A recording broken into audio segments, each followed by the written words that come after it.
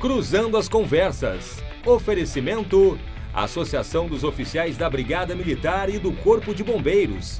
Defendendo quem protege você. O Badesul valoriza você, valoriza o Rio Grande. Conte sempre com o Badesul e Porto Color. Boa noite, começa aqui na RDC TV mais uma edição do Cruzando as Conversas, o seu programa de análises e debates, trazendo sempre a perspectiva sobre os assuntos do momento no Rio Grande do Sul e no Brasil. Hoje a nossa pauta vai ser as finanças do estado do Rio Grande do Sul, que passa por um momento muito complicado da sua história em virtude da pandemia, mas também pelo que foi herdado ao longo dos anos. Tudo é um somatório de problemas. E recentemente o governador Eduardo Leite retirou da Assembleia Legislativa o projeto de reforma tributária. Então isso traz uma questão: como compensar esse momento através de receitas? Receitas que também são difíceis de serem obtidas, visto que o cidadão gaúcho também está quebrado. Nós vamos tratar de tudo isso aqui na edição de hoje do nosso programa. Lembrando que o Cruzando as Conversas está promovendo, nas segundas e terças-feiras, sempre entrevistas especiais com os candidatos a prefeito da capital. E nós voltaremos a essas entrevistas na próxima segunda-feira. Cada candidato tem direito a 30 minutos de respostas aos questionamentos que são feitos pela bancada, que é composta por mim, junto com Armando Burdi e a Melanie Rupental. Na segunda-feira nós tivemos as participações de Gustavo Paim e João Derli. E na terça-feira, ontem, as candidaturas de Juliana Brizola e Nelson Marquesan Júnior. Com isso, nós estamos cumprindo o nosso papel de expor as ideias dos candidatos, submetê-los aos questionamentos que são necessários a respeito do seu histórico político e também, obviamente, das suas propostas visando aí o futuro da capital. E hoje, no portal RDC, nós também começamos uma inédita cobertura das cidades do interior. Nós estamos promovendo entrevistas com os candidatos a prefeito de muitos dos municípios do Rio Grande do Sul. A RDC, com isso, quer trazer também o interior do estado para a vitrine, visto que ele acaba sempre ficando em segundo lugar quando se trata de coberturas desse tipo. E nós ainda vamos anunciar as datas dos debates que realizaremos e da cobertura especial no dia das eleições. E você que nos acompanha é convidado para assistir tudo isso. O Cruzando as Conversas é um oferecimento da Associação dos Oficiais da Brigada Militar, defendendo quem protege você. De Galeazzi Sul, há 40 anos, a evolução dos metais. Porto Color. A Porto Color atende pelo WhatsApp e você pode ter os serviços da Porto Color na sua casa. E Badesul Desenvolvimento. Badesul valoriza você, valoriza o Rio Grande do Sul. Conte sempre com o Badesul. Vamos ao nosso comentário de abertura, que é sobre a PEC do duodécimo, né? A tão falada PEC do duodécimo que estava em tramitação na Assembleia Legislativa na época do governo Sartori e acabou sendo rejeitada. E hoje há uma grande discussão no Legislativo. A discussão para que se encaminhe um projeto semelhante agora. Saiu um estudo que foi organizado pela bancada do Partido Novo na Assembleia Legislativa, dando conta que se em 2016 a PEC do duodécimo tivesse sido aprovada, o Estado teria no seu caixa um valor de 4,8 bilhões de reais a mais. 4,8 bilhões de reais a mais no caixa do Estado. Esse estudo também dá conta que se esta PEC tivesse sido aprovada em 2011, 9 anos atrás, o valor a mais no caixa do Estado seria de 10,4 bilhões de reais. É uma montanha de dinheiro. É uma montanha de dinheiro que faria diferença para a situação de muita gente, inclusive os servidores públicos do Executivo. O que é o duodécimo? O duodécimo é o fracionamento das receitas do Executivo, do Legislativo e do Judiciário. Como é que ele é calculado? Ele é calculado com base na lei orçamentária. Como é que a lei orçamentária é composta? A lei orçamentária é composta em previsões de receita, que vão ser arrecadadas das mais variadas formas, através de tributos próprios, através de repasses, através de arrecadação, enfim. É com isso, com essa miscelânea de fatores, que você cria o orçamento. Não deveria ser assim. O orçamento deveria ser calculado com base naquilo que é realmente efetivado em termos de receita, porque parte disso às vezes não se cumpre. Entretanto, a divisão dos recursos se dá com base na suposição. Então o Estado na parte do Executivo, arca com todos os prejuízos que eventualmente são consagrados ao longo do ano, mas que não são repassados para o Judiciário e para o Legislativo.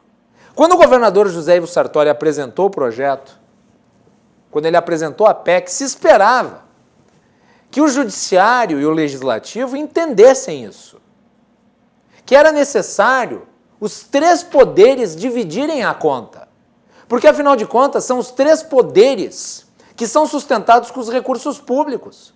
Apesar de existir, sim, uma independência entre os três, uma independência institucional, uma independência de prerrogativas, uma independência de atuação, o fato é que o dinheiro que banca a conta sai de um único lugar, que é do seu bolso. Você que está em casa, você é que paga a conta de tudo isso.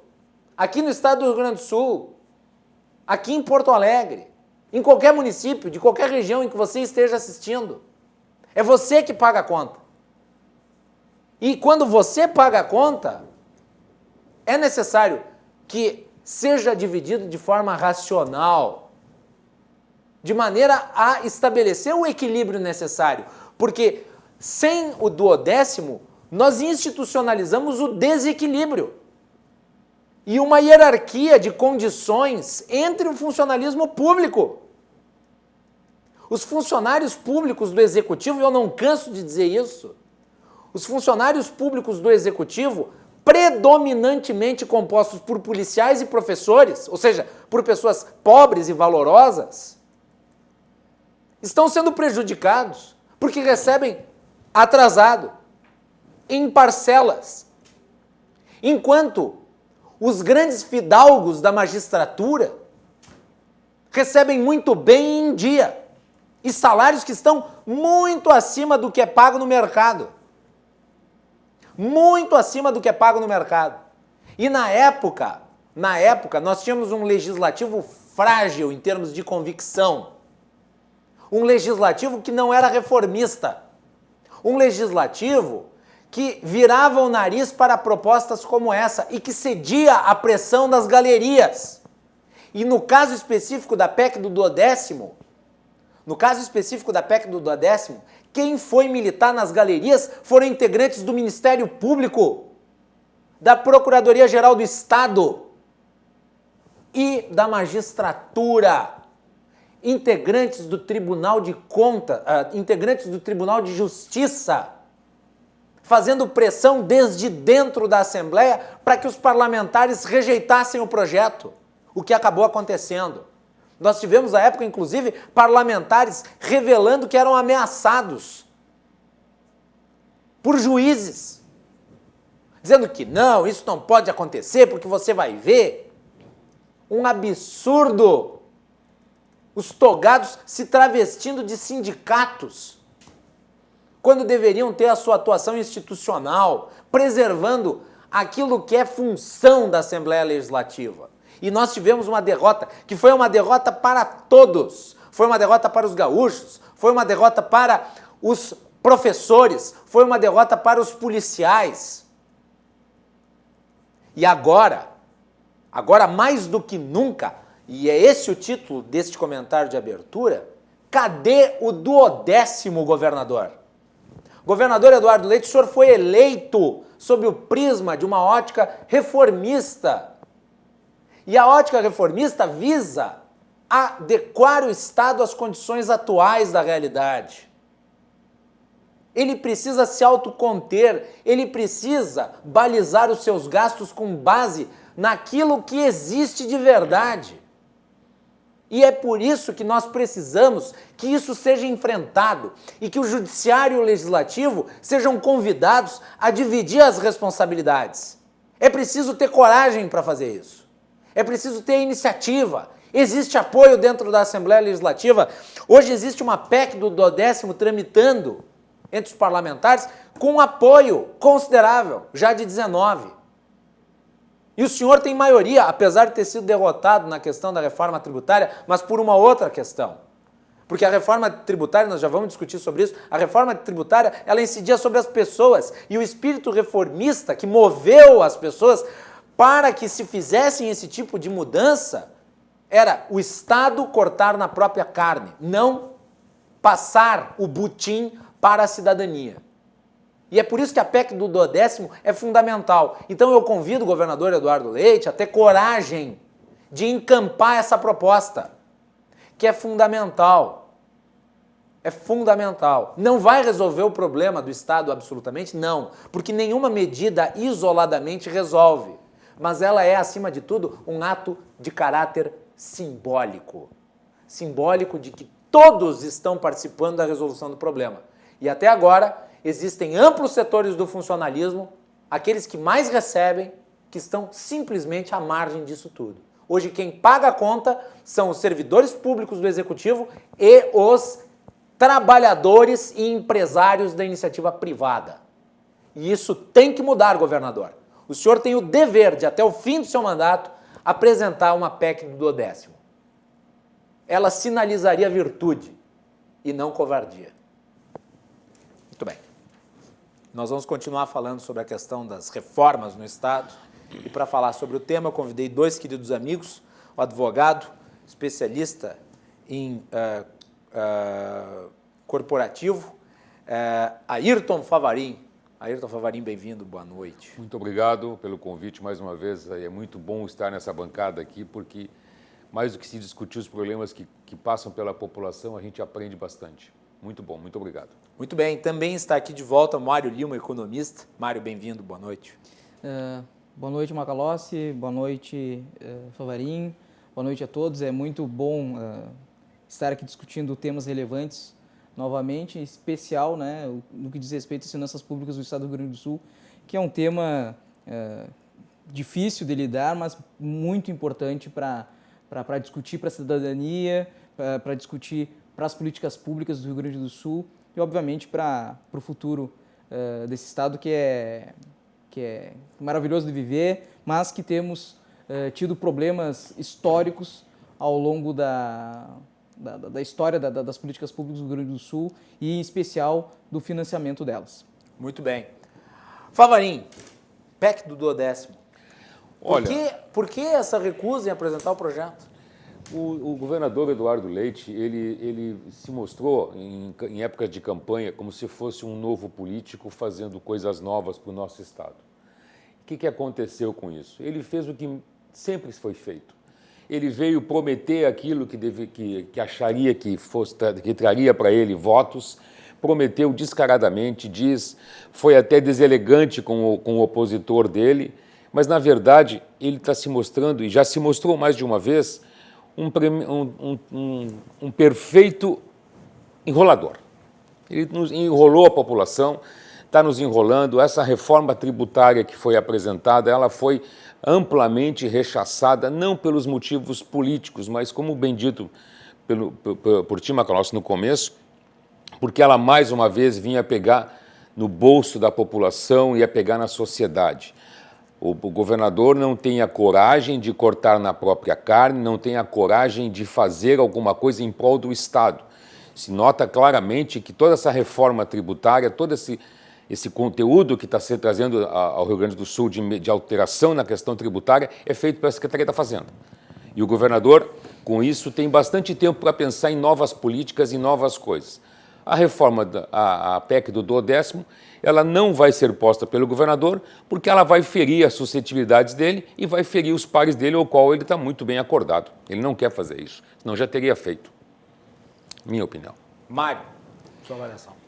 Bom, as questões referentes à crise da dívida, à crise das finanças públicas do Rio Grande do Sul, elas são históricas, né? E elas não passam apenas pelo ajuste do aspecto fiscal, né? O aspecto fiscal, a gente tem que ter em mente que as finanças públicas, elas são um resultado da atividade econômica. Então, há muito tempo o Rio Grande do Sul tem sofrido os impactos decorrentes da má gestão das finanças públicas, né? Em especial o elevado crescimento com a despesa de pessoal, que agora, a partir do relatório apresentado pelo secretário da Fazenda do Estado, demonstrou que teve uma redução verificada em comparação aos últimos 10 anos, né? Uma redução de 2,4% da despesa pessoal, que é um fato histórico e motivado, obviamente, por uma série de ações, em especial as reformas voltadas aos aspectos administrativos e ao aspecto previdenciário, né? Mas também todo o esforço de consertar as finanças públicas, de consertar o elevado gasto público, não irá se sustentar se o Estado não mantiver uma política voltada de reformas administrativas e modernização administrativa para aumentar a eficiência das políticas públicas, né? E da qualidade também dessas políticas, da qualidade do gasto, né? Gastar mais, fazer melhor com menos, né? E ao mesmo tempo possibilitar o desenvolvimento econômico, né? Sem desenvolvimento econômico não existirá a possibilidade do Estado do Rio Grande do Sul sair da atual situação que se encontra, né? Então nós podemos ter diversos ajustes para a redução das despesas, nós podemos ter reformas voltadas ao controle dos gastos, mas sem o desenvolvimento econômico dificilmente nós iremos conseguir sair das dificuldades que nós nos encontramos, né? Então, a solução do problema do Rio Grande do Sul, que é um problema também de caráter fiscal, né, de caráter no que diz respeito ao déficit das finanças públicas, esse déficit das finanças públicas não vai se dar só por ajustes voltados a corte de gastos ou aumento da arrecadação. Pelo contrário, nós precisamos dar continuidade a reformas voltadas à modernização da administração pública e, em especial, né, aquelas reformas que possibilitem uma melhoria da efetividade, da eficiência das políticas públicas, da qualidade do gasto e, em especial, que promova de condições de sustentabilidade, né, para que ocorra, então, um crescimento econômico, um desenvolvimento econômico, para, então, o Estado do Rio Grande do Sul poder aumentar a sua arrecadação. E essa questão da PEC do 10º, Mário? O que tu achas? Não, isso é fundamental, isso é uma questão, nem é uma questão política, não é uma questão econômica, é uma questão moral, né? Se nós observarmos onde é que poderão ocorrer os cortes de gastos das políticas públicas do Rio Grande do Sul? Na segurança ou na saúde, né? Ou na educação. Por quê? Porque são os maiores gastos, né? Então, como as áreas que mais precisam de serviços públicos sofrerão gastos, e enquanto outros poderes estão lá aumentando, pintando seus prédios, ampliando suas salas, né, garantindo os seus altos salários, né? É uma questão moral, né? Se nós estudarmos a Revolução Francesa, nós vamos ver que o Rio Grande do Sul, que coisas terríveis aconteceram por muito menos. Então nós temos que a questão do 10º, da PEC do 10º, é uma questão moral, nem é política, nem é uma questão apenas econômica, mas muito mais moral. Sim, com certeza. E tu estavas apontando, né? Estavam construindo o quê, Favarinho? Não, nós estávamos conversando antes, fora do ar aqui, é que o Tribunal de Justiça fez uma garagem enorme, grande, para construir, para botar os carros do Judiciário. Ou seja, nós estamos fazendo um prédio para botar o patrimônio de terceiros. Entendeu? O Judiciário, eu não tenho os números aqui, eu vou pegar, mas vejam só. Ah, tá aqui, ó. Em 5 anos, o custo do Judiciário no Brasil, ele aumentou em 10 bilhões de reais. Então, quer dizer, eu acho que tem que se mexer. Quer dizer, o Judiciário não está a parte de tudo isso que nós estamos vivenciando. E daí vem aquela decisão do Supremo Tribunal Federal, né, dizendo que o funcionalismo tem que ser preservado, que ele não tem nada a ver com a história. Mas ninguém está dizendo que deve haver uma modificação no sentido de tirar de quem trabalha no funcionalismo. Não. Mas quando se trata, por exemplo, de uma questão como o do 10º, né, Favarinho? Claro. Nós estamos aqui tratando do orçamento geral. do orçamento geral, de ninguém, de nenhum funcionário em específico, mas tem impacto sobre os funcionários que já estão numa condição muito ruim, que são os do executivo e que são aqueles que trabalham nas ruas e que trabalham nas escolas, são os policiais e professores na sua grande maioria. O Estado carece, na minha opinião, desculpa, o professor Maria falar, eu interrompi. O Estado carece de uma agenda positiva de trabalho. O Estado carece que o governador venha a público dizer o que nós podemos privatizar, como é que eu vou fazer isso, que ele investisse a energia dele para tentar trazer investimentos para o Estado, para trazer coisas que o Estado possa se ganhar como um todo na sociedade. Só a política de privatizações, que outrora muito mal falada, muito maltratada, se mostra eficiente em trazer algumas coisas. Tira do caixa do Estado alguns valores que ele não deveria estar gastando com outras coisas. Isso o Estado deveria ter, o governador deveria de trazer uma agenda positiva sobre isso aí. Existe ambiente para isso, né? Claro, a Covid trouxe alguns problemas, mas existe ambiente que propicia ações como essa. Por exemplo, a PPP da Corsã foi um ensaio disso, né? Então, nós temos que ampliar esses aspectos de outras alternativas. Professor Mário, todas as situações em que o Estado se envolve para trazer modernismo, a gente vê que o governador gasta uma energia para colocar isso no ar e depois corre para tirar, porque vai passar vergonha. Vamos falar sobre o Banrisul. Não íamos abrir um capital do Banrisul em um certo aspecto aí? Não íamos fazer uma abertura? O que houve disso? Por isso que é necessário... Nada. Por isso que são necessárias... Por isso são necessárias reformas administrativas, a modernização do Estado do Rio Grande do Sul, justamente para abrir, para o Estado estar aberto a essas possibilidades, né? Então, por exemplo, nós temos a PPP da Corsã. Essa PPP tinha que ser expandida, né? O que está demorando? Por que está demorando essa expansão? Né? Agora, nós temos um novo marco regulatório, do saneamento de esgoto. O novo marco do saneamento. Nós temos aí 49% do saneamento do Rio Grande do Sul deficitário. É uma oportunidade, né? Uma oportunidade de alavancar o desenvolvimento por meio de um problema social, né? Então, através de uma PPP, né, ou de outras alternativas, via novo marco do saneamento, né, se possibilitaria o quê? Um incremento de recursos na economia do Rio Grande do Sul. Aumentaria a arrecadação, daria espaço político para fazer todas essas reformas, essas discussões junto à Assembleia Legislativa, né? Mas o Estado tem que estar preparado para isso, né? Tem que estar... O que eu noto, né? O bom político não perde uma boa crise. Sempre torna a crise uma coisa assim, né? O Rio Grande do Sul poderia fazer alguma coisa para atrair investimentos. E nós não estamos fazendo absolutamente nada. Nós estamos perdendo até alguns investimentos que foram anunciados às 7 chaves, anunciados às 7 bandeiras que viriam para o Rio Grande do Sul. Foram embora. Se nós formos ler aqui o anuário de investimento do Estado, é muito bom, muito bonito. São lá quase 65 informações de investimento no Estado.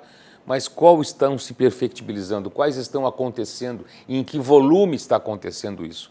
Isso nós não temos no Estado. Então, me parece, eu como gaúcho e como torcedor desse Estado aqui, me falta conhecer o que meu governador vai fazer para melhorar a fotografia do meu Estado perante o Brasil, perante o meu país. Na verdade, o que a gente tem visto, e daí agora nós vamos entrar na discussão da reforma tributária, o que nós temos visto é uma fuga de empresas relevantes aqui do Estado. Evidente. Mais recentemente, nós abordamos o problema da saída e fizemos uma entrevista exclusiva com o prefeito de Gravataí, né, o Marco Alba, Sim. sobre a saída do Mercado Livre, que Sim. era para ter se instalado no Rio Grande do Sul e picou a mula. E depois nós vimos a Siemens indo embora, e nós vimos a rede Mercado Dia. Mas desculpa te interromper, quando aconteceu aconteceu isso, o Mercado Livre saiu, o que o governador fez? Fez uma live dizendo que não era bem aquilo que estavam dizendo. Não foi bem aquilo que o mercado estava mudando, que não era aquilo, e aquilo que aconteceu. Ou seja, ele não chamou para si a responsabilidade. Perdemos por isso, o Estado não pode dar esse benefício, não pode tratar diferente os diferentes, não, tem que ser todo mundo igual. Ok, mas diga alguma coisa. Agora não fique quieto, acovardado. Essa fuga de empresas daqui, Mário, como é que dá para estancar essa sangria? Não é fácil, né? Não é fácil, porque O Santa Catarina parece muito mais preparada para lidar com a situação. Tem recebido investimentos que nós não recebemos ou que temos muita dificuldade de receber. nós temos diversos gargalos, né? O primeiro gargalo é a própria situação financeira que o Estado se encontra hoje, né? Nós temos um Estado deficitário, então é um Estado que não vai possibilitar a realização de infraestrutura, de investimentos, né? Nós não estamos num nível de modernização administrativa adequada para preparar o Estado para investimentos em parcerias público-privadas, né? Estão ocorrendo, mas de forma tímida, né? Se esperava mais em pleno século XXI, em 2020, né? Terminando próximo de 2021, né? Se esperava mais ações voltadas para um Estado moderno que possibilitasse isso. Nós temos ainda, junto disso, um país que tem uma guerra tributária. Nós estamos localizados num determinado território que exige determinados níveis de investimentos em infraestrutura que hoje nós não possuímos, né? E, obviamente, nós precisamos desenvolver o que nós chamamos de uma economia endógena, né? Nós temos que não só depender do capital que vem para o Rio Grande do Sul, nós temos que desenvolver o capital que existe aqui, né? O maior exemplo que nós temos de sucesso de desenvolvimento endógeno é a Serra Gaúcha, né? Por quê? Porque lá existe todo um aparato institucional voltado à articulação entre redes de cooperação, entre empresas, entre comunidades, né? Nós temos que trazer essas políticas, esse modelo de negócio que nós encontramos na Serra para as outras regiões do Rio Grande do Sul, né? Mais do que isso, aí nós podemos colocar também o fator político. Será que os nossos políticos eles estão antenados, eles estão conectados para esse tipo de desenvolvimento econômico, né? Será que eles estão preparados para, lá na Assembleia Legislativa, desenvolver eles estão as talhados leis? para serem burocratas? Será que nós temos políticos ou nós temos burocratas? Mas olha, eu vou te dizer, eu acho que o trabalho dessa Assembleia Legislativa está indo muito bem. Eu não acho que essa Assembleia, essa legislatura da Assembleia seja mal. Mas o problema é histórico, né? Essa Assembleia Legislativa que foi eleita, ela tem demonstrado serviço. Eu acho que a presidência do Hernani Polo, ela está conduzindo a Assembleia Legislativa de uma forma muito assertiva e no caminho correto. O Hernani Polo, que já deu entrevista aqui para nós, falando sobre a questão da competitividade do Estado, e esse tem sido o ponto central da sua gestão na Assembleia. A Assembleia não tem tido temor de enfrentar temas complicados essa legislatura. Essa tem sido bastante corajosa. O problema é que só a partir dessa legislatura é que nós estamos observando esse espírito. Isso devia já ter se dado há muito tempo, né? Não agora, mas pelo menos está se fazendo. Como eu mencionei, aquilo que aconteceu em 2016 diz respeito à legislatura anterior. E a legislatura anterior não tinha, mesmo já naquela época, uma situação muito complicada das contas públicas do Estado. Naquela época, a legislatura anterior não enfrentou problemas que, se tivessem sido enfrentados na época, talvez tivessem atenuado as dificuldades do momento. Como eu mencionei aqui, o estudo que o Partido Novo fez, né? Seriam 4,8 bilhões a mais nas contas do Estado. 4,8 bilhões não resolve. Mas ok, vamos pegar de 4,8 bilhões seria equivalente hoje mais de 1 bilhão por ano. A projeção do nosso déficit de 2020. 1 bilhão por ano. 1 bilhão por ano. Dividido por 12 dá quase 100 milhões por mês. É dinheiro. E tem o ato, como tu mencionaste, moral e simbólico, que é fundamental de ser analisado. E as decisões políticas têm também caráter simbólico e moral. Não é apenas, com isso nós resolvemos. Não, com isso nós estamos criando um conjunto de situações para resolver. E é por isso que na época em que se discutiu a reforma administrativa do Estado, se criticou o fato de setores inteiros da administração pública não terem sido incluídos, não ter sido enfrentada a questão do 12º, mas ter ido para cima de quem? Dos funcionários públicos, daquelas categorias que já estão sendo afetadas pela crise do Estado. Porque é mais fácil tu bater nessa categoria, é mais fácil tu bater.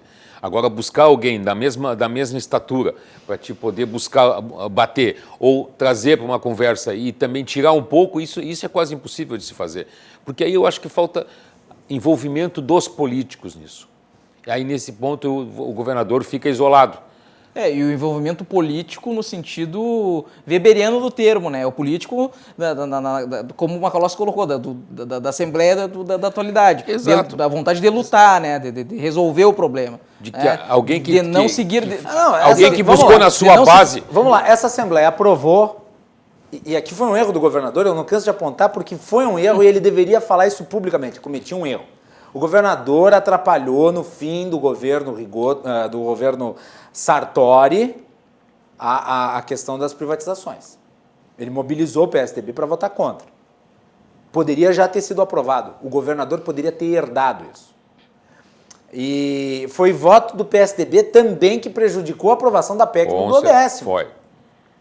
Teve um candidato que depois não é mais... Teve um deputado na época que não é mais deputado, depois foi prefeito e tal, que votou contra a PEC do duodécimo e é do PSDB. Então o PSDB ajudou a atrasar uma parte da agenda. E agora, esta legislatura está fazendo o que a outra não fez. Então ela está com o trabalho dobrado. Ela teve que se desdobrar em temas como a autorização para as privatizações, porque já poderia ter sido votado. Se tivesse sido votado em 2018, como era interesse do governador Sartori, talvez hoje já tivesse sido realizada a privatização. E não, nós estamos no processo ainda de valuation das empresas. Estamos muito atrasados em coisas que deveriam estar resolvidas há 30 anos atrás. Se o Estado não atrapalhasse, já era uma grande coisa. Porque o empresário gaúcho já sabe que do governo ele não pode esperar nada. Não, o problema do Estado é que ele não atrapalha o empreendedor, o cidadão, ele se atrapalha também.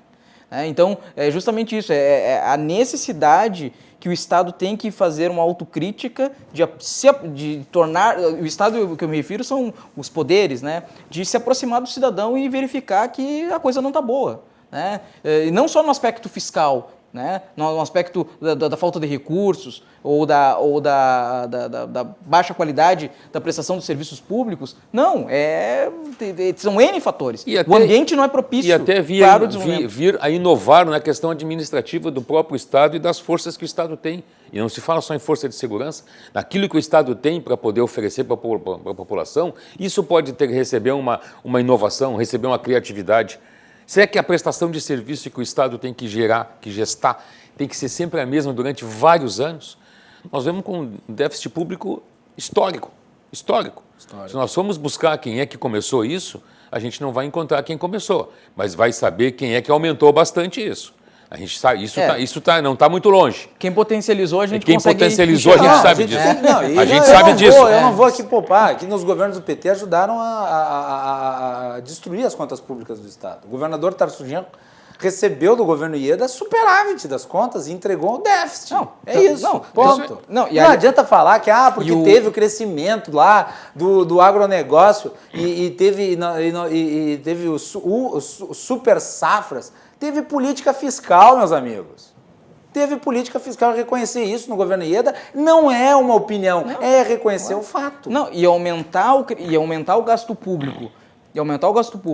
Porque está tendo crescimento econômico, isso é uma irresponsabilidade brutal. Né? Tu só pode aumentar o gasto público quando existe sustentabilidade para aumentar o gasto público. Senão, tu fica dependendo do crescimento econômico para realizar política pública. Né? E aí o que acontece? Déficit. Foi o que aconteceu ali justamente nesse período do governo Tarso. Quando a economia estava boa, endividamento, gastar dinheiro, etc. e tal, receber o dinheiro do governo federal. Agora, acabou o dinheiro, acabou a política pública. Como é que isso funciona? Não, isso não pode ser assim. Né? O governo tem que realizar gastos. Eu estou gastando aquilo que eu não recebi. Exatamente. O governo tem que realizar gastos com base naquilo que ele arrecada. Se ele deixar de arrecadar, ele tem que cortar. Não, e um ponto, quer dizer, o que o governador Tarso Genro na época, a gente está voltando um pouco no tempo, mas é tempo suficiente para compreender o buraco de agora. O governador Tarso Genro foi lá e sacou dinheiro que não era dele. Depósitos judiciais não são do governo. E está inspirando gente pelo Brasil. Aí, não, ele criou uma escola. O que é depósito judicial? É dinheiro para pagar conta relativa à decisão judicial. Não é dinheiro que está à disposição do governo, é dinheiro de gente, é dinheiro de ativos privados que o governo se apropria para utilizar. Quer dizer, não são receitas permanentes. Você está pagando despesas permanentes com receitas que não são permanentes. O que o governador Tarcísio Genro fez isso? Ele simplesmente limpou o caixa. Mas por que o judiciário permitiu? Deixou uma dívida gigantesca na questão dos... Por que o judiciário permitiu isso? Porque existe uma lei. Na época, a legislação... Não, o duodécimo está lá. O duodécimo está lá. Está garantido. É isso aí. Por quê? Porque os poderes se conversam para se ajudarem. Entendeu? Se conversam isso tudo. O Rio Grande do Sul, infelizmente... Eu não sei hoje qual que é o ativo aí que hoje tem de custo do Estado para com essa dívida relativa aos depósitos judiciais, mas é alto. E tem juros altos, se eu não me engano, né, Mário? Tem, mas Não eu tem não ideia, vou não tem saber. ideia, não tem Vamos pesquisar Mas aí. o Vou pedir, Melanie, por favor, se tu puder fazer uma pesquisa rápida para nós, vê aí quanto que hoje o Estado deve nesse sentido aí para os depósitos judiciais. Passa a informação que a gente dá aqui para o público. Vai lá, Favarinho. Historicamente, o Rio Grande do Sul vem com governadores que vêm sempre a somar. Ele só chega e soma. Ele é mais um dentro da cadeira de governador. O que nós precisamos é de um governador que venha para multiplicar. Pegar o que tem, o potencial que ele tem, saber fazer essa interlocução política com os outros poderes e pensar em nome do Estado. Fazer isso. E se não conseguir ter esse sucesso de trazer o Estado para isso aí, que ele venha a público e diga. Porque a primeira vez que alguém me dissesse eu não consigo fazer tal coisa, passar por causa disso, aquilo, a população vai saber em quem vai ter que fazer pressão. E a população vai fazer pressão. Nós estamos historicamente quebrados. E nós não vamos ter uma condição de sair se não for com um esforço hercúleo de todos.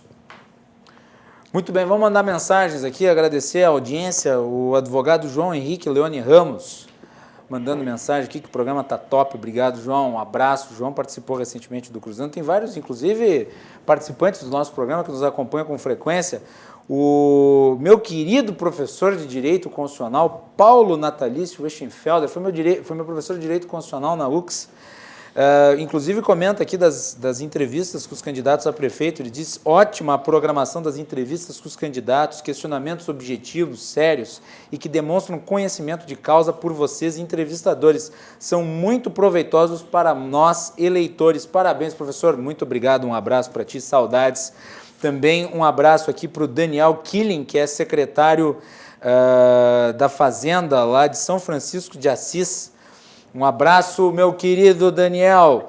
E também para o meu casal de amigos aí, o professor César Redel, que é professor de Direito Internacional, consultor na área, e também a Ana Paula Mejolaro, que é da área de comunicação corporativa. Um abraço, querida Ana Paula. Vamos fazer um intervalo? Nós voltamos na sequência aqui com o Mário de Lima, economista, e o advogado Ayrton Favarin no Cruzando as Conversas.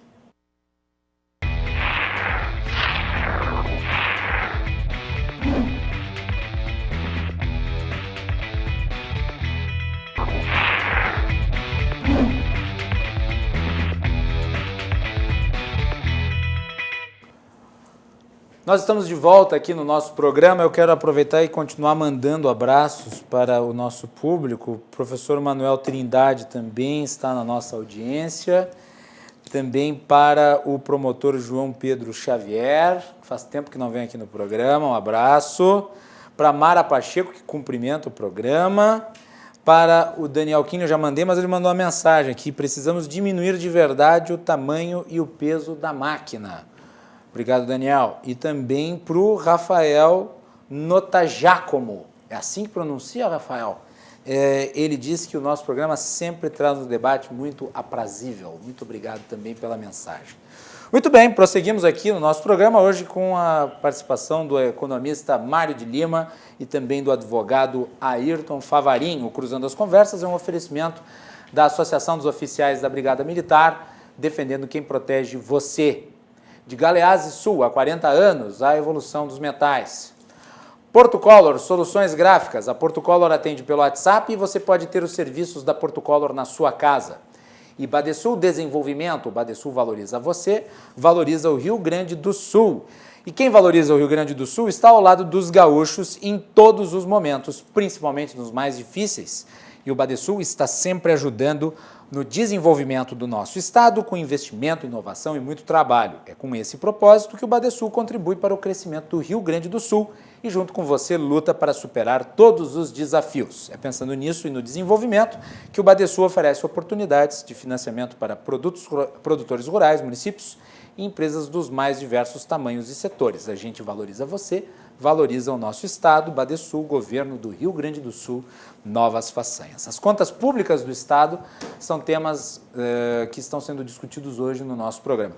Vamos falar sobre o Butim. Quer dizer, o governador disse que nós temos aí 2,8 bilhões, né, para o ano que vem, que vão ficar a ver. E com a reforma tributária, ele queria passar essa conta, né, de alguma maneira para a população pagar, e ele disse que não haveria aumento de tributos. A Assembleia Legislativa viu que não dava para aprovar aquilo, porque a rejeição foi geral, ampla e restrita. Como é que vai se fazer agora? Porque me parece que existe um gargalo na conta pública. O que dá para fazer? Marco, começa por ti. Eu acho que, nesse momento, o governo tem que sentar com os deputados, conversar e propor um plano, né? Por quê? Porque o ano que vem a população vai continuar demandando serviços públicos, a população vai continuar demandando a infraestrutura básica, né, a manutenção das políticas públicas, e o resto do governador o quê? Sentar e conversar para tentar resolver esse problema, né? Acredito que o período ali, durante a apresentação da reforma dessa reforma tributária, ela tinha sido uma reforma tributária que eu considero até bastante interessante, né? Eu achei assim que dentro do que era possível propor, né, nesse período, sem a discussão devida, era o que poderia ter sido proposto, porém, eu acho que ela não era a mais favorável, né? Justamente por isso que, obviamente, o governador acabou a retirando, né? Então, eu acho que nesse momento de transição é necessário que o governador sente com a sua equipe, né? Junto com a equipe ele possa, então, construir uma solução de diálogo junto à Assembleia Legislativa e, obviamente, a Assembleia Legislativa vai ter que cumprir o papel dela, atuante, como disse o Macalossi, nessa legislatura, justamente atuante porque a população do Rio Grande do Sul não quer mais pagar tantos impostos, né? E, em especial, aqueles impostos voltados ao consumo. Mas tem né? saída sem a elevação dos tributos? A elevação... Sem a majoração das alíquotas ou o mantenimento delas no patamar ou a que elas implantação estão? de novas alíquotas. Ou a implantação? Acho difícil, acho muito difícil. Acho muito difícil, acho que o governador ele vai ter que conseguir uma manobra para manter as alíquotas que estão... Ele disse que se o projeto que se mantém, que estão ainda sendo praticadas, ou ele vai ter que fazer algum tipo de promessa para o Pegar o chapéu e ir embora. Pegar o chapéu. Não vai tirar o chapéu. Mas aí eu não vou... teria razão para isso. Eu acho que a gente não pode fazer terra arrasada. O governador cometeu vários erros, mas não é um mau governador. Mas acho que ele errou na questão da reforma tributária e eu acho que ele errou no passado ao atrasar certas pautas que já poderiam ter sido superadas. Acredito que a forma como ele tratou a reforma tributária, porque eu acompanhei bastante a reforma tributária, assim, foi o pessoal da Secretaria da Fazenda, um pessoal muito qualificado e para o desenvolvimento, não só qualificado, mas também responsável, né, e formado por excelentes gestores, desenvolveram uma reforma tributária nos moldes que era possível apresentar da melhor forma possível nesse período. O problema foi o diálogo, o problema é a construção da política para a efetivação realmente do que se espera. Vou ter a liberdade de discordar de ti. No seguinte aspecto, no meu entender, creio que foi uma insanidade fazer aquela reforma tributária naquele formato. Eu achei aquilo de um servilismo total. Não foi pensado, acho que não foi discutido, acho que o governador não pensou aquilo, não discutiu aquilo, e aquilo foi um balão de ensaio. Ao meu ver... Eu acho que foi um balão de ensaio. Ao meu ver... Do quê? Deixa eu completar um raciocínio. A meu ver, como o Macalossi citou, o governador errou no passado. Ele errou em algumas coisas, errou também quando tornou a coisa muito fácil de ser recuperada. Quando ele deu a solução que a solução era só levantar e trabalhar, a solução estava muito fácil. Então ele não pode alegar que não conhecia a real condição do Estado. Ponto, isso já é matéria passada, não pode fazer isso. Aquela reforma tributária, do jeito que ela foi trazida para a população, do jeito que ela foi jogada na sociedade, ela não foi nem um pouco discutida, a meu ver. Ela deveria ter sido discutida. Tu não pode pegar um produto que não tem incidência nenhuma do imposto e jogar um imposto em cima dele. Eu acredito Isso que o não erro pega... político, acho que o erro político foi não ter realizado o diálogo. Agora, a estrutura da reforma tributária, como ela foi colocada, ela foi uma reforma tributária técnica para resolver o problema. Professor Mário, o problema que surgiu da demanda do governo. O erro não foi só político, o erro foi de não dar importância para a condição cognitiva da população que ia entender aquela reforma. Quando alguém bota com a história assim, ó, esse produto que tu compra aqui hoje é 0 de ICMS, agora tu vai pagar 5%, o carro que tu pagava tanto, tu vai pagar mais tanto, até a pessoa que matematicamente não é desenvolvida, não conhece, vai dizer, mas por que isso? Ou seja... Claro. Vem atacar sempre em cima daquela base da pirâmide da população, daquela base nossa, que é a mesma. Sim, mas é isso que eu... Porque ele já, só completando, ele já tinha atacado antes as duas categorias que mais nós precisamos no Estado, que é polícia, segurança pública, que é um caos, e os professores, que já são maltratados por demais por todo mundo. Então ele atacou essas duas classes sociais. E não deveria ter sido feito isso. Nós temos que enxergar essa reforma tributária que foi proposta de duas formas. Assim. São duas grandes discussões. Primeiro, o grande problema foi político. Né? Por que é político? Porque político precisa de articulação, político precisa de diálogo, né? O político tu precisa discutir com os diferentes interesses da sociedade, né? E não teve tempo para isso. Né? Esse foi o erro. O erro foi político. Eu não sei se esse erro foi intencional ou se o erro foi um erro, daqui a pouco, por falta de habilidade, mas foi um erro político. Agora, tecnicamente, para o que se propunha a reforma tributária, era essa. O que o governador queria? O governador queria resolver o problema da arrecadação. O problema da arrecadação ia ser resolvido com a reforma tributária. Agora, não é, o problema político... A expectativa era de que se resolvesse, mas não se sabe. Mas o problema político, que é o problema nosso, não seria resolvido tecnicamente. Mário, quando tu propõe uma elevação ou quando você propõe o mantenimento das alíquotas sob determinado patamar, presumindo que você vai ter um incremento de arrecadação, isso nem sempre se concretiza. Pode ocorrer um efeito Laffer aí. Porque pode acontecer o contrário. Claro. E aconteceu, inclusive, no governo Sartori. Vamos lembrar que foi lá no governo Sartori que você teve a aprovação do mantenimento das alíquotas e o governador Sartori queria, inclusive, que elas ficassem por 4 anos agora. Ele queria manter as alíquotas majoradas até o fim deste mandato aqui.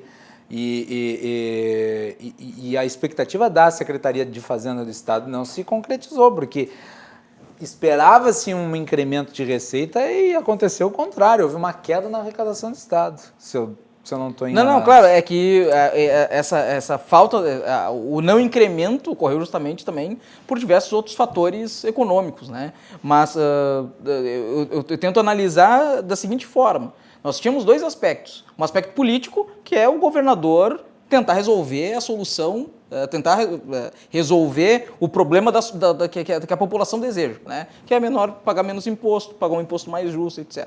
E aí tu tem também um problema técnico, que é resolver o problema, superar o problema deficitário, né? Então, o técnico ele vai tentar resolver o problema pragmático ali, né? O problema está faltando arrecadação, vamos tentar construir uma alternativa para suplementar isso, para resolver isso, né? E agora o político tu precisa do diálogo, o político tu precisa conversar com os deputados, deixar a vaidade de lado. Acho que a vaidade é um grande problema nisso. Você acha que o governador foi vaidoso? Foi. Eu acho que o governador foi vaidoso. Ele achou que ia aprovar de qualquer jeito. Ele confiou na postura dele, na vaidade pessoal dele, no cacife como político e apostou numa reforma tributária que era um míssil em cima da população. Para mim, o ponto... Ele pagou para ver. Eu acho que ele pagou para ver. Por isso que eu creio que é um balão de ensaio. Eu achei que foi uma gastura de capital político desnecessária. Sim, uma energia desnecessária. Desnecessária, principalmente pela forma e o momento. A forma, eu acho que influiu muito, quer dizer, o modo como foi apresentado. Vamos apresentar uma reforma tributária que vai ter que ser votada logo, porque ela tem Esse foi o urgência. problema. Não vamos discutir e vamos apresentá-la num momento em que não há debate. Exatamente. Porque a Assembleia Legislativa está se reunindo ainda em caráter digital. E nós sabemos que a essência do trabalho legislativo não se dá na tribuna, não se dá no plenário, se dá nas comissões. Evidente. Então, o trabalho legislativo está prejudicado. Então, vamos apresentar um projeto amplo, complexo, polêmico. Claro, que garanta a arrecadação e aí depois a E gente vamos vê o que empurrar acontece. o projeto goela abaixo. Foi o que o governador tentou fazer, com o selo de urgência. Mas o governador... Então, era óbvio que não ia dar certo. Olha, eu recebi vários parlamentares aqui no programa. Vários. Sou testemunha. Nós fizemos umas 4 ou 5 edições do Cruzando com parlamentares. Veio aqui a Anne Ortiz, veio o Thiago Simon, veio o Thiago Duarte, veio o José Piesgo, veio o Fábio Osterman, veio o Eric Lins, veio uma infinidade de deputados. Nós recebemos todos os deputados que nós contatamos e vieram aqui para o programa para participar, vieram. E todos eles, e quase todos eles, simpatizantes da agenda reformista ou apoiadores do governo, contra o projeto. E nós tivemos uma dificuldade enorme de encontrar dentro do parlamento quem defendesse a proposta. Tanto foi assim que a deputada Zilá Breitenbach, que é do PSDB, ela disse que não votaria a favor. E daí o que aconteceu? O projeto que tinha urgência foi adiado. Mau sinal, eu disse aqui, vai ser retirado de pauta, e aconteceu, foi retirado de pauta. Mas os deputados viram aquilo que o governador não conseguiu enxergar. A pouca cuidade do governador nisso, os deputados viram o seguinte, ó, se eu aprovar isso, se eu der o meu parecer favorável a isso, eu estou fazendo o que ele fez, virou as costas para a população que elegeu ele. Foi isso que ele fez. Essa reforma que afetava diretamente a sociedade e nas condições, nas classes mais baixas, foi um claro recado. Estou virando as costas para quem me elegeu. Tudo aquilo que eu falei no palanque, que vocês acreditaram em mim, esqueçam. Eu não sou aquele cara que prometi. Eu não sou aquele cara que viu a solução fácil para poder resolver os problemas do Estado. Eu não sou aquele cara que ia tirar a questão, resolver a questão dos precatórios que as pessoas estão há mais de 20 anos para receber o dinheiro delas. Foi um erro político de atropelamento, assim, justamente daqui a pouco, porque ele sabia que não tem o que discutir aqui. Não, né? A vaidade dele fez isso. Ou o pragmatismo, né? O Maquiavel ali explica que a maldade tu faz uma vez só, né? Sim, o bem tu faz aos poucos, a maldade uma vez só. Pegou a maldade só, vamos empurrar isso aqui, vamos ver se... Mas na política não é assim. Na política não é assim. Na política, a política brasileira, a política do Rio Grande do Sul, com a política de qualquer estado do Brasil é toma lá, dá cá. Toma lá, dá cá. Os exemplos estão aí. É só tu olhar. Os exemplos estão aí. Aproximação com alas de dentro do governo, aproximação com pessoas de fora têm influência. Essa é a política. Mas ainda é o tomar lá da cá. Por quê? Não tomar lá da cá no mas não sentido... Mas não acho que está correndo tomar lá da cá na Assembleia. Não, o tomar lá da cá que eu me refiro... Eu vou defender essa Assembleia. Eu acho que a Assembleia está fazendo um grande trabalho. Mas o tomar lá da cá que eu me refiro não significa... Mas não é troca de cargo, não é esse tomar lá da cá, não é o tradicional. É a execução da política pública. Por exemplo, porque se o Estado do Rio Grande do Sul não conseguir recuperar esses recursos que podem vir a perder aí sem uma medida tampão, né? Uma medida tributária tampão, vai faltar dinheiro para realizar políticas públicas. A pressão cai sobre quem? Sobre os deputados, que estão junto à população. E a pressão dos deputados vai cair aonde? No governador. Então, eu acho que não toma lá da cá, mas essa negociação para encontrar uma solução vai ocorrer via diálogo. Esse desgaste... A questão é que porque o governador... O diálogo vai acontecer o desgaste vai acontecer com todo mundo. Não, o desgaste vai... E não veio ainda, hein? Eu até entendo. Essa moeda vem depois. Um dos fatores que acaba atrapalhando o fato do governador ter que apresentar esse tipo de coisa é a falta de ações de caráter simbólico e que demonstrem para a população que o Estado está também fazendo a sua parte em relação a isso. Exato, o ambiente. Exatamente. O ambiente tem que ser trabalhado. Isso não é fácil. Vejam vocês, soluções para situações como essa, soluções relativas ao simbolismo, muitas vezes não são as soluções definitivas, mas elas fazem toda a diferença ao você aprovar um projeto de reforma tributária, que, em geral, incide sobre o bolso do cidadão comum. E é por isso que eu abri o programa falando da PEC do 12º. 4,8 bilhões não resolve a situação do Estado, mas demonstra que o Estado está interessado em cortar na própria carne. Claro. Quando o governo apresenta um projeto de reforma administrativa e não inclui os militares na reforma administrativa, ele está dando um claro sinal para a sociedade de que uma parte, um segmento da sociedade não paga a conta. E os demais vão ter que pagar, então não há clima para aprovar a reforma tributária. Claro. Se você tivesse feito tudo isso, e ainda assim, se você tivesse feito tudo isso, realizasse as privatizações, né? Fizesse todo esse conjunto de medidas, e ainda assim, e provavelmente seria necessário, você não tivesse uma situação adequada das contas públicas, bem, aí você pode sentar e falar assim, nós fizemos isso, e agora nós precisamos de vocês, mais um esforço aí para poder manter o Estado. E daí seria mais aceitável, mas nada foi feito. E daí quer se empurrar a reforma tributária goela abaixo. Como nós falamos aqui já em outros programas, uma reforma tributária que tributa o consumo não é justo. Ainda mais com a classe média, né? Que é o que paga a conta. Não é justo. Paga a conta. Não é justo. Ao mesmo tempo, tu propor uma política de tamanho importância, como a reforma tributária, a goela abaixo, né? Na correria, é um erro político e uma falta de estratégia de ação. Não sei se essa pode também ter sido a estratégia dele, né? Mas eu acho que não é a estratégia mais correta com quem elegeu ele, né? Com certeza. Né? Agora, a gente não pode também ficar refém de situações, né, que nos colocam para ter que financiar políticas públicas agora, né, de qualquer jeito. Então, agora nós estamos faltando o quê? 2, 3 meses para o final do ano. Precisamos encontrar uma alternativa tampão, né, para esse problema. Não se sabe que tipo de reforma tributária poderá vir no futuro, né? Diante de uma situação precária das finanças públicas que nós temos hoje, num processo pós-pandemia, né, passando por um processo pós-pandemia, que não se sabe o que vai ser, né, com muitas oportunidades de negócio, sem o Estado estar adequadamente preparado para isso. Isso é o que mais me preocupa. A economia vem demonstrando que ela está reagindo. Nós estávamos preparados para ter uma recessão técnica no PIB de menos 6,1% e hoje já estamos subindo um pouco. Já estamos num nível... Vamos ficar em 4,5%, 5%. Numa reta de 4,5%, 5%. Então a economia está vindo. A produção agrícola do Estado está crescendo.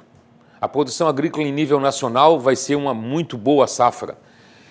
Nós temos saídas que devem ser tomadas, que não simplesmente trazer a tributação em cima do consumo. Porque se for trazida a tributação em cima do consumo, aquele que consome, aquele que vai dar um jeito de não pagar, de não poder arrecadar para o governo. Não vai consumir, né? Não, isso é ruim. Não, ele vai começar a fazer o escambo, vai trocar um produto pelo outro, vai fazer outras coisas e não vai gerar esse dinheiro na economia, vai gerar produto. E é isso que a população aprende a fazer, que todo mundo aprende a fazer. Essa é a lei da sobrevivência.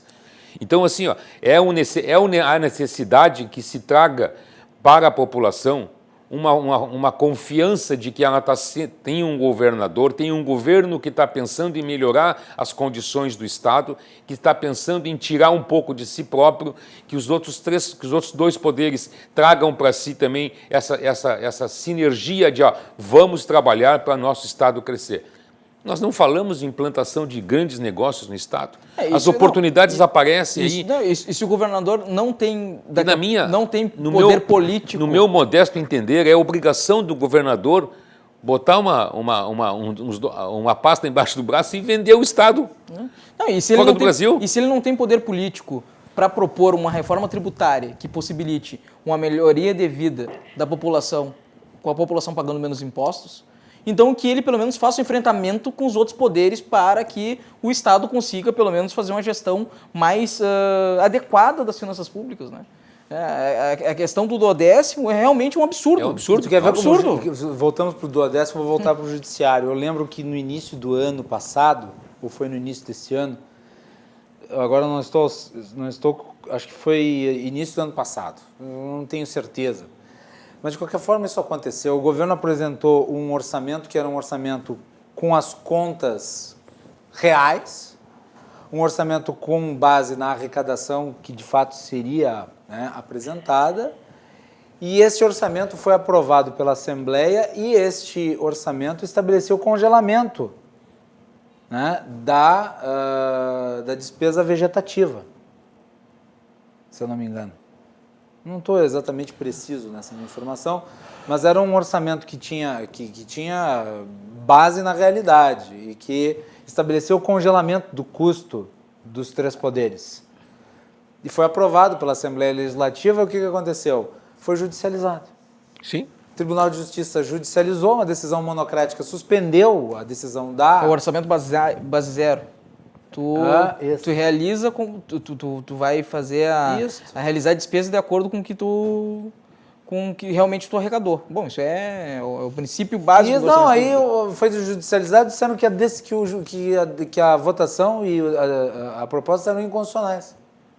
E depois o Tribunal de Justiça ainda por cima votou e determinou que era inconstitucional, quer dizer, constitucionalizou a despesa crescente do Estado, dizendo que isso afetava a independência dos poderes. Sim. A judicialização da atividade política. Por quê? Porque o Executivo ele tem o papel de propor um orçamento e o Legislativo tem o papel de votar o orçamento. Portanto, se os dois cumpriram a sua tarefa, legal é. Mas não?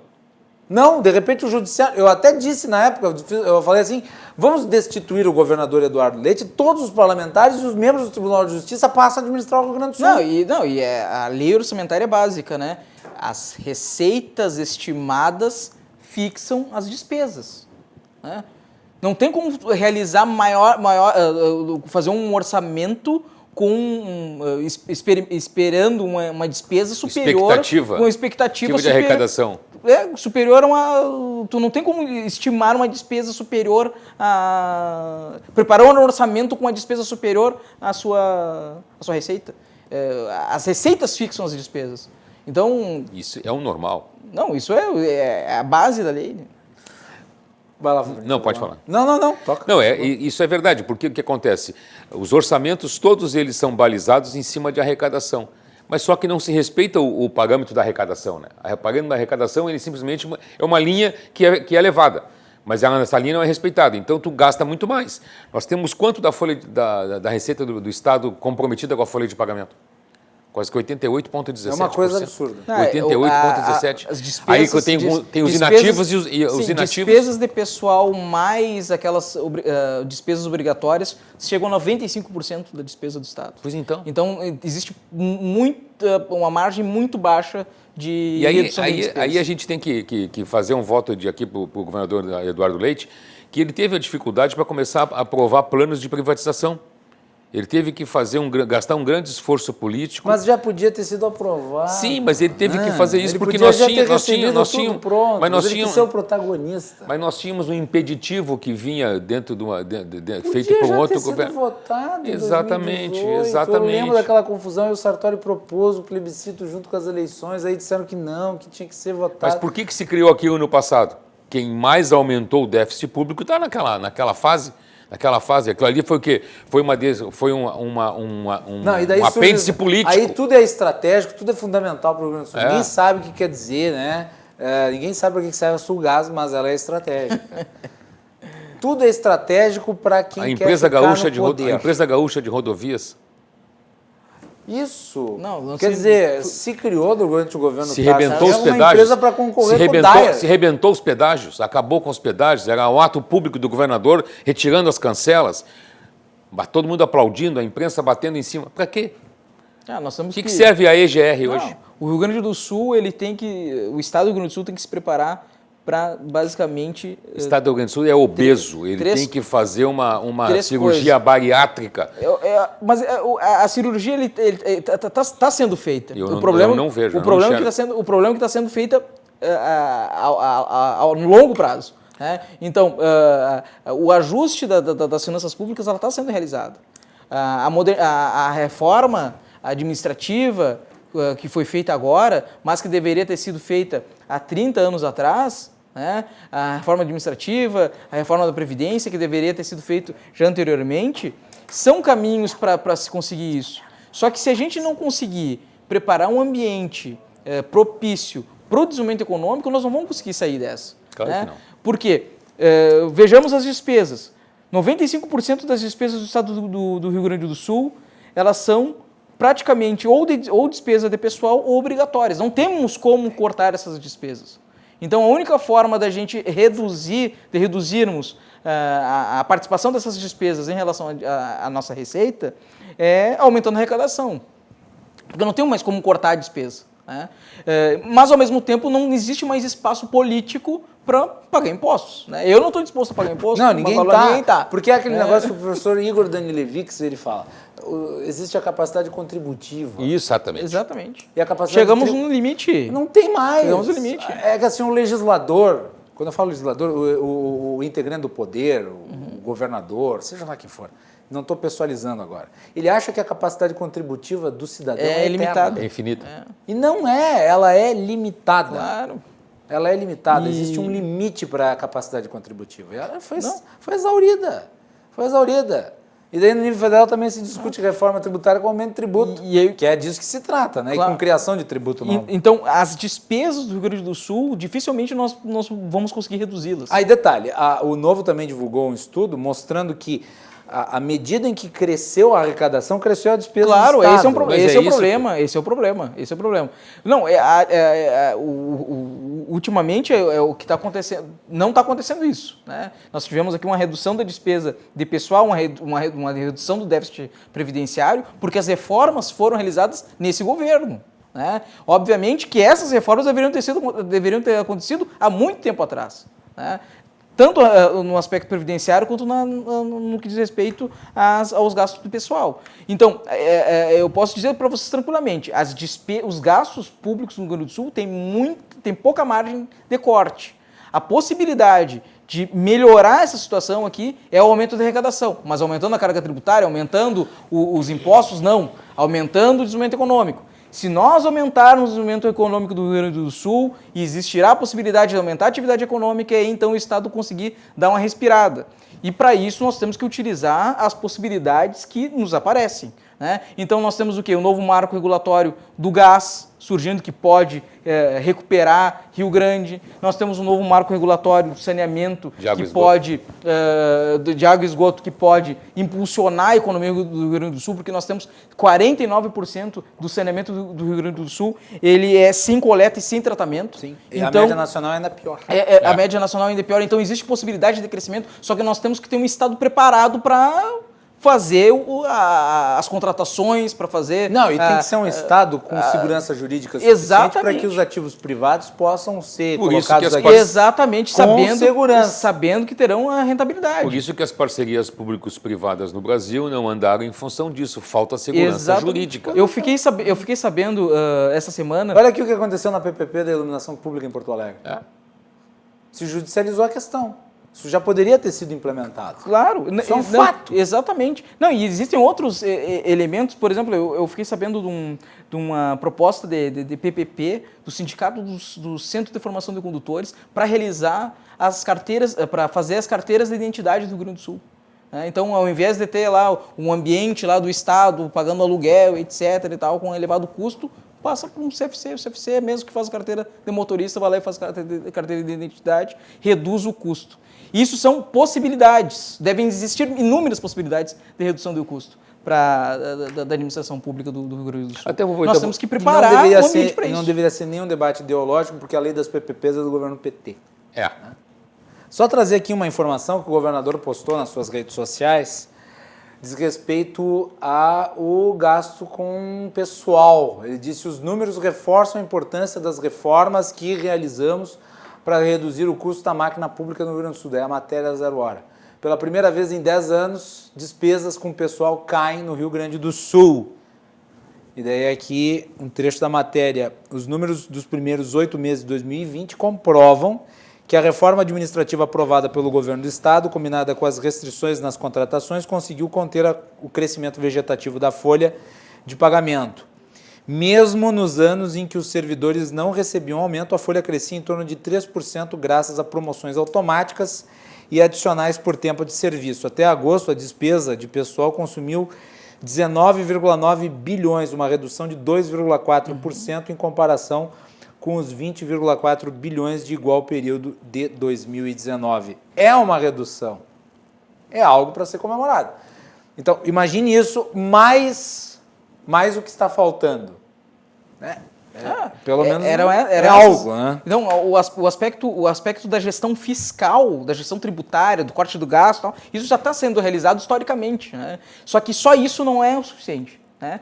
Para isso precisava mais o quê? Das reformas na área previdenciária e na área administrativa. Já estão dando resultado. A despesa pessoal caiu, o déficit previdenciário caiu também. Agora a gente precisa do próximo salto, que aí, Favarinho, nós precisamos sim da postura do político, Exatamente. Que é o desenvolvimento econômico. E aí tu tem que ter mão forte, mão firme para tentar dar condições para o mercado se sentir seguro. Com o desenvolvimento econômico, tu tem amplitude maior da tua base para arrecadação. Exatamente. Tu aumenta a tua arrecadação com base no surgimento de novos negócios que também vão criar, claro, no momento também vão pagar tributo. No momento que tu gera atividade econômica, aí tu consegue ter uma arrecadação sem ter um peso sobre a atividade produtiva. Né? Do contrário, uma proposta de reforma tributária sobre as pessoas que consomem sem ter atividade econômica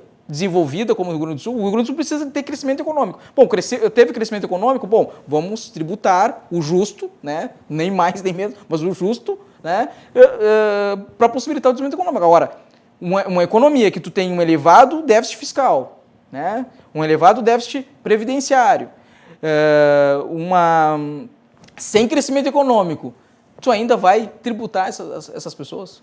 Não tem, o Estado aí não tem condições. E aí, de outra forma, né, por outro lado, tu tem o líder do governo, né, o governador, encaminhando um projeto de reforma tributária para se discutir em 15 dias. Aí fica difícil. Esse oportunismo vai custar caro, né? Esse oportunismo vai custar caro. Porque nesse momento que nós reaprendemos uma vida diferente, que foi a partir de março, acho que por 10 de março, que a vida em nível mundial mudou, nós reaprendemos, nós fomos obrigados a sermos mais humanos e começarmos a aplicar a empatia em todas as coisas. O governador não aprendeu isso. E eu, no meu modesto entender, eu vejo o seguinte: ao invés de ele ter se posicionado politicamente no enfrentamento dessa pandemia, ele poderia ter sido uma pessoa que não se dobrasse nem para um lado nem para o outro e começasse a cuidar do Estado, porque ali era uma boa oportunidade de ele aparecer perante a população. Esse custo de oportunidade que ele deixou sair, isso não volta. Não volta. E aí vai ficar ruim para ele. O Manuel Barbosa manda aqui uma mensagem, ele nos ouve lá de Passo Fundo. Gastos do Judiciário, obrigado pela mensagem. Gastos do Judiciário, primeira instância, custou 57,3 bilhões em 2019, uma alta de 7,1%. Tá bom assim ou querem mais? E aí, quem é que vai combater esse tipo de custo? Como é que se aumenta o custo da primeira instância, sendo que hoje nós estamos, inclusive, vendo aí a digitalização dos processos? Aumentou com o que o gasto? Eu me pergunto, sinceramente. Quer dizer, existe algum esforço do judiciário para conter suas despesas? Não. Cada vez mais, cada vez mais. Então, tudo bem, o executivo tem que diminuir os seus custos, são elevados, o legislativo também, mas aqui no estado do Rio Grande do Sul nós vemos os dois poderes, pelo menos intencionando isso, em algum momento. E o judiciário à margem. Então eu bato firme mesmo. Porque o poder judiciário não está à margem da sociedade que o financia. Ele tem que ser trazido à discussão. E os políticos têm que parar de ter medo da magistratura. Né? Porque não são deuses. São servidores, merecem respeito, são fundamentais, têm que ganhar bem, não estou dizendo que tem que ganhar mal, mas tem que contribuir. Tem que ganhar de acordo com a realidade do estado em que vive, né? O setor público que vive. Com certeza.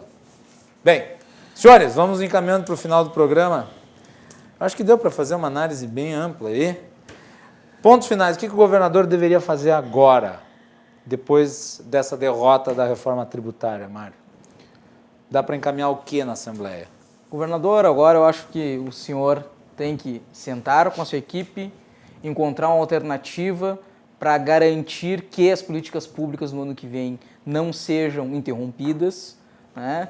E ao mesmo tempo, no médio prazo, né? Esse médio prazo vai ser de alguns meses no ano que vem, preparar uma reforma tributária que esteja de acordo com os anseios da população do Rio Grande do Sul, né? Que estejam de acordo com novas façanhas, né? Que estejam de acordo com a proposta política que levou o senhor ao Palácio, né? E, ao mesmo tempo, esperar que a Assembleia Legislativa também tenha a sensibilidade do diálogo que está tendo, né? E, ao mesmo tempo, encontre uma alternativa que possibilite não só a manutenção das políticas públicas do Estado do Rio Grande do Sul, mas também que garanta o interesse daqueles, dos seus eleitores.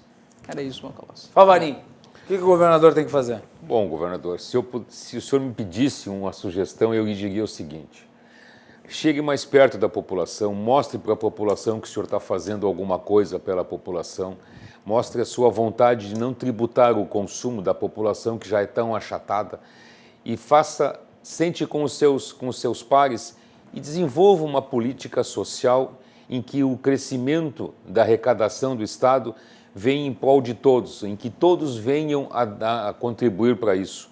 E deixe isso claro para todos nós, porque a maneira como foi feita essa reforma tributária deu a entender que o senhor virou as costas para aqueles que o elegeram. E o povo não gosta disso, porque o senhor disse algumas coisas de muito fácil realização quando estava no período pré-eleitoral. Após eleito, o senhor esqueceu a cartilha que o senhor escreveu. Então, seja realista e seja mais próximo da nossa população. É isso que o Rio Grande precisa. Venha para multiplicar, porque para somar, todos os outros já vieram. E aproveitando a situação, é sempre importante dizer o seguinte: nós estamos em período eleitoral, né? E a legislação nos impede de fazer comentários específicos sobre as candidaturas. Mas dá para fazer um alerta geral.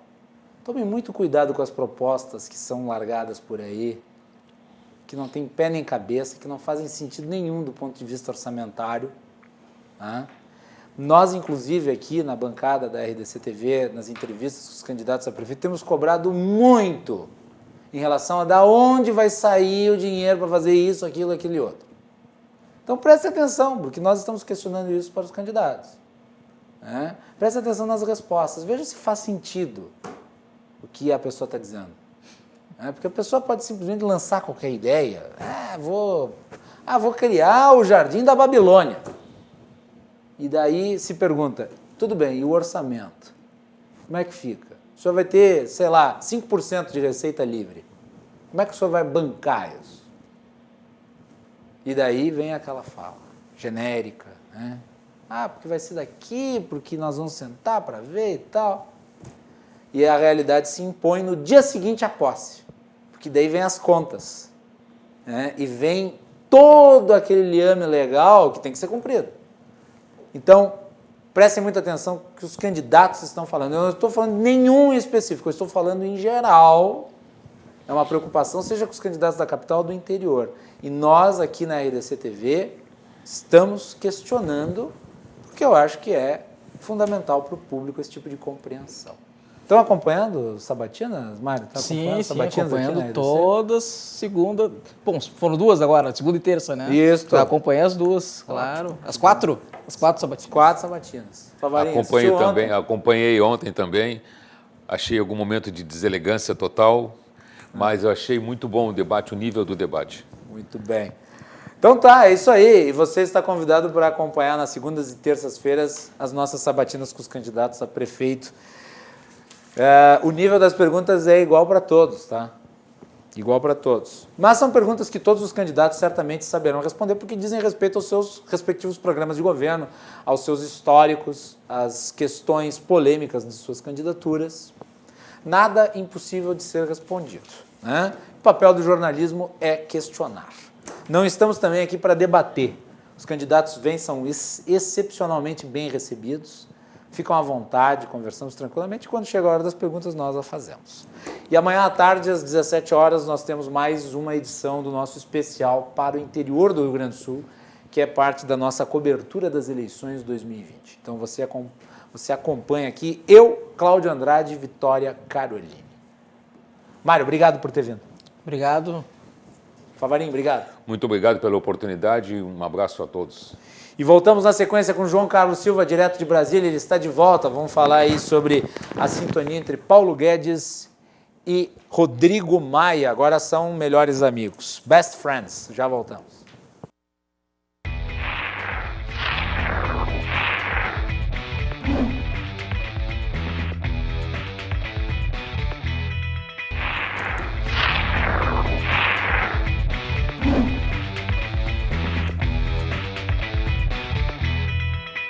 Último bloco do Cruzando as Conversas de hoje. O nosso programa é um oferecimento da Associação dos Oficiais da Brigada Militar, defendendo quem protege você.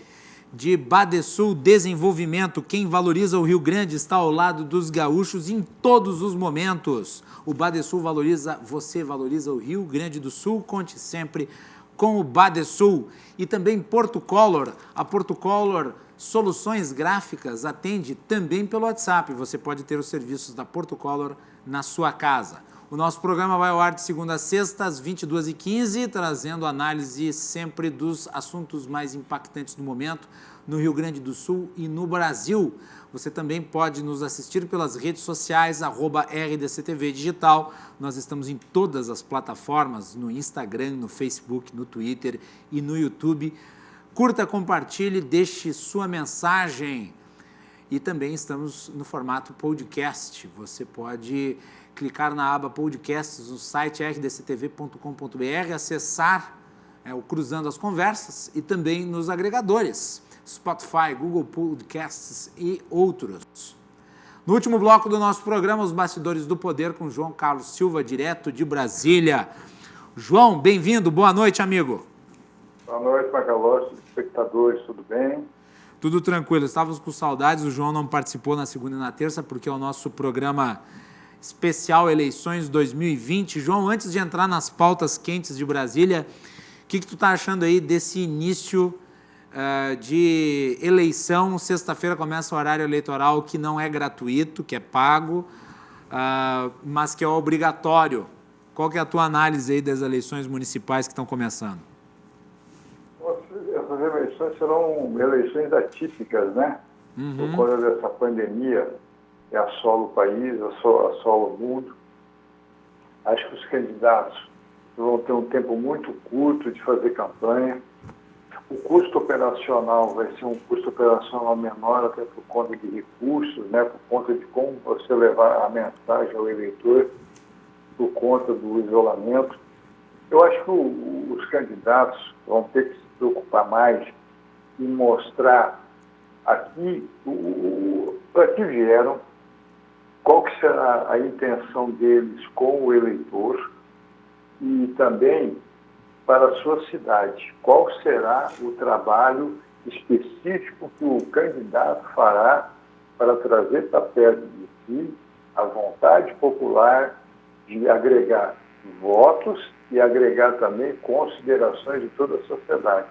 E a população brasileira, já as pesquisas apontam isso, está muito cansada desse modus operandi da política brasileira.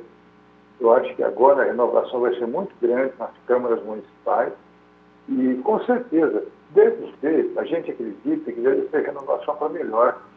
Porque você vai colocar um espírito diferenciado nas câmaras, com gente... Claro, vão se eleger aí alguns que não têm a mínima condição.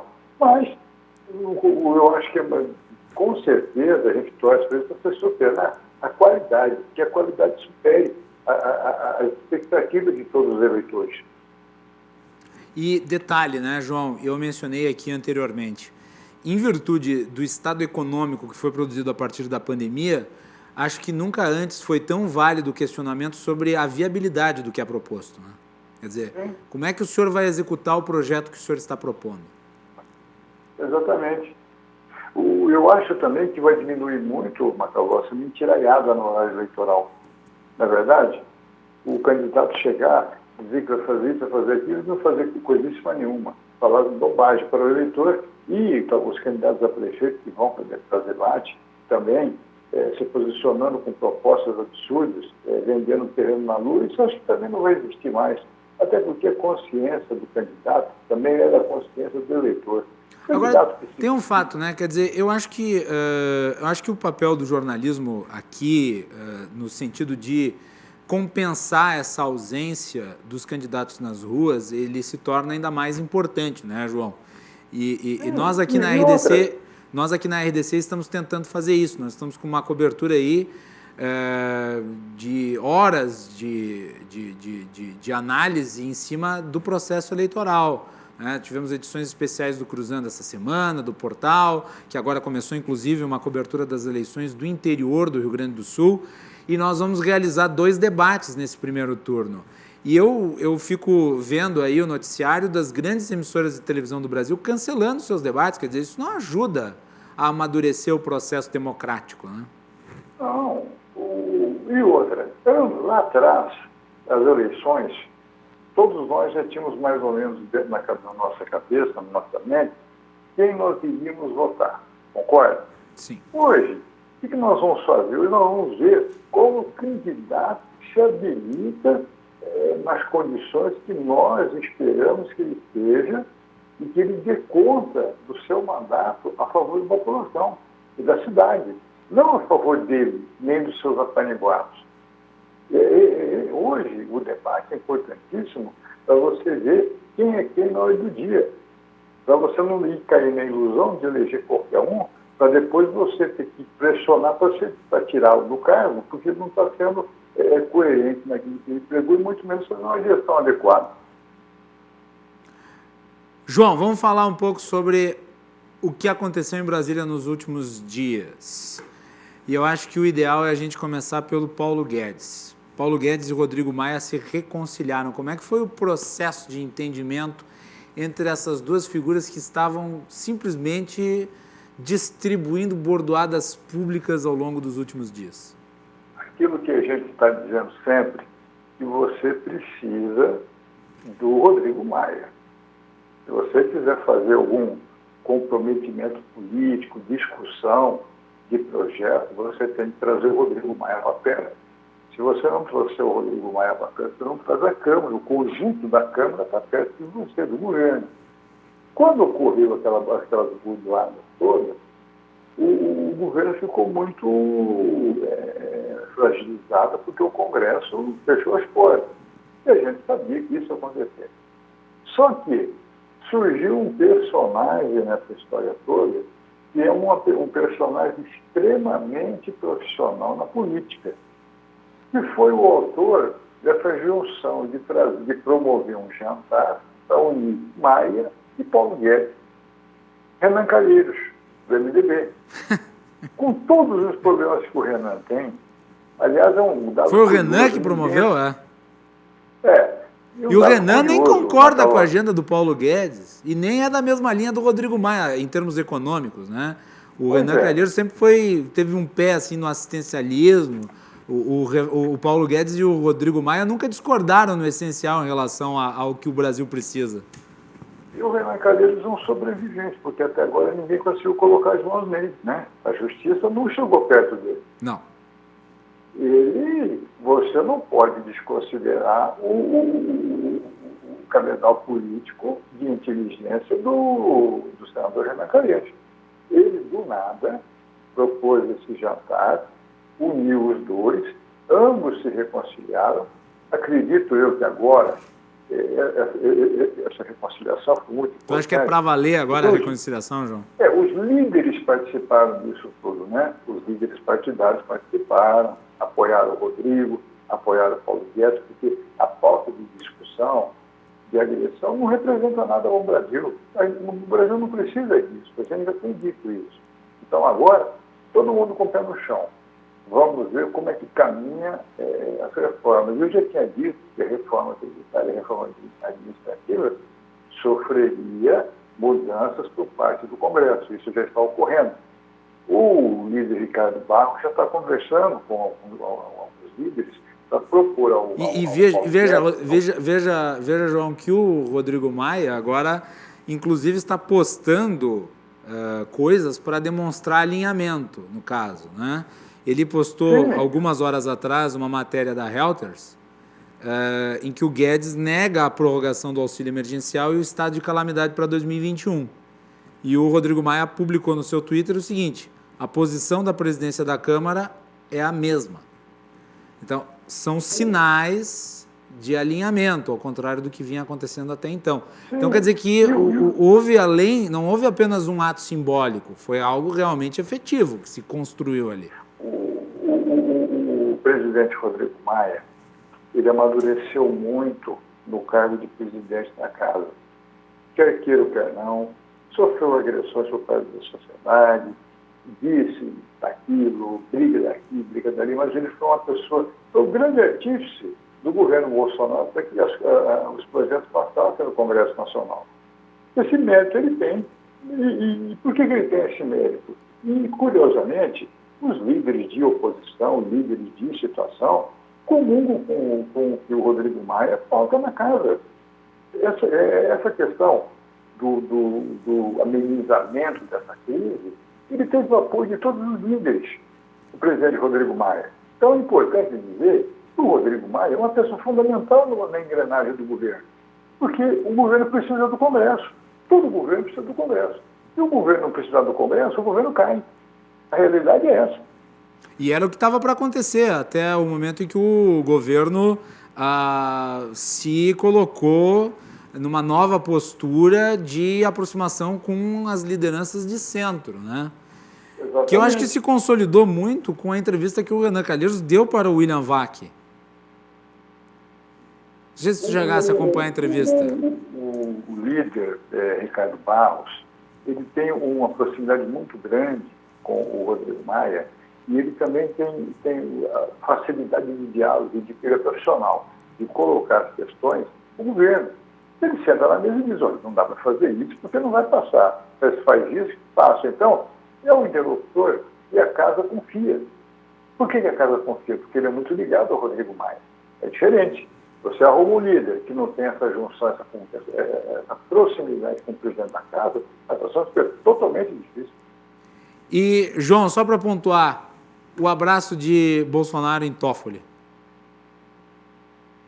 As críticas são gigantes, porque, claro, a escolha de um ministro do Supremo, ela tem que ser uma escolha assim, mais clássica, uma escolha mais diplomática, não já pelo viés político, né? Claro, na minha opinião, o presidente Bolsonaro chamou o Aras, chamou o Jorginho, lá para o TCU, e chamou o ministro da Justiça. Falou: gente, no próximo mandato, e o presidente está convicto que vai ser reeleito, hoje os números dizem isso, na próxima eu vou colocar vocês. O ministro, o procurador-geral Aras, o Custódias, não está muito satisfeito. Isso é um bastidor quentíssimo, porque ele seria o escolhido. Como ele não foi escolhido, o presidente tirou uma batata quente do colo contra o que desejava que ele colocasse no Supremo. E ele está recebendo litígios de todas as áreas. A área jurídica, empresarial, a área política, tudo ele escolhido. Então ele deu acertou o tiro de primeira, escolhendo uma pessoa isenta, uma pessoa que não tem vínculo com o poder. Isso caiu muito bem também. Ele,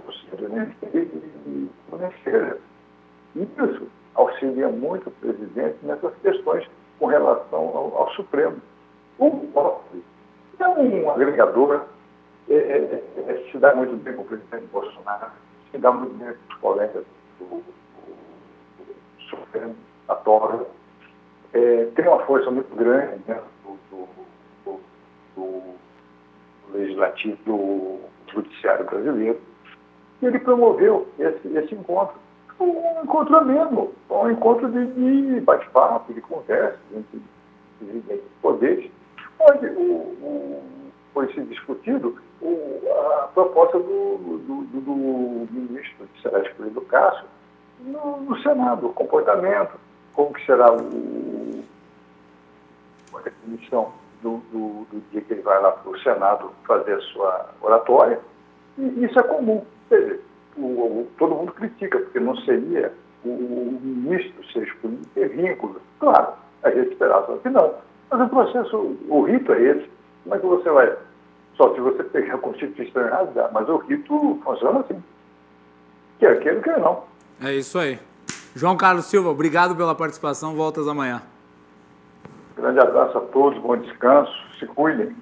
É isso aí, João Carlos Silva e a sua coluna Os Bastidores do Poder, sempre ao fim aqui do Cruzando as Conversas. O João volta amanhã no último bloco do nosso programa.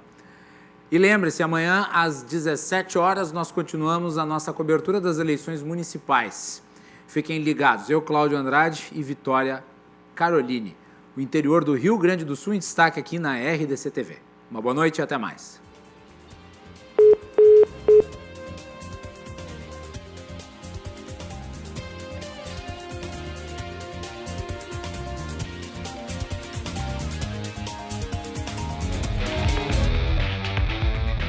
Cruzando as Conversas. Oferecimento: Associação dos Oficiais da Brigada Militar e do Corpo de Bombeiros. Defendendo quem protege você. O Badesul valoriza você, valoriza o Rio Grande. Conte sempre com o Badesul e Porto Color.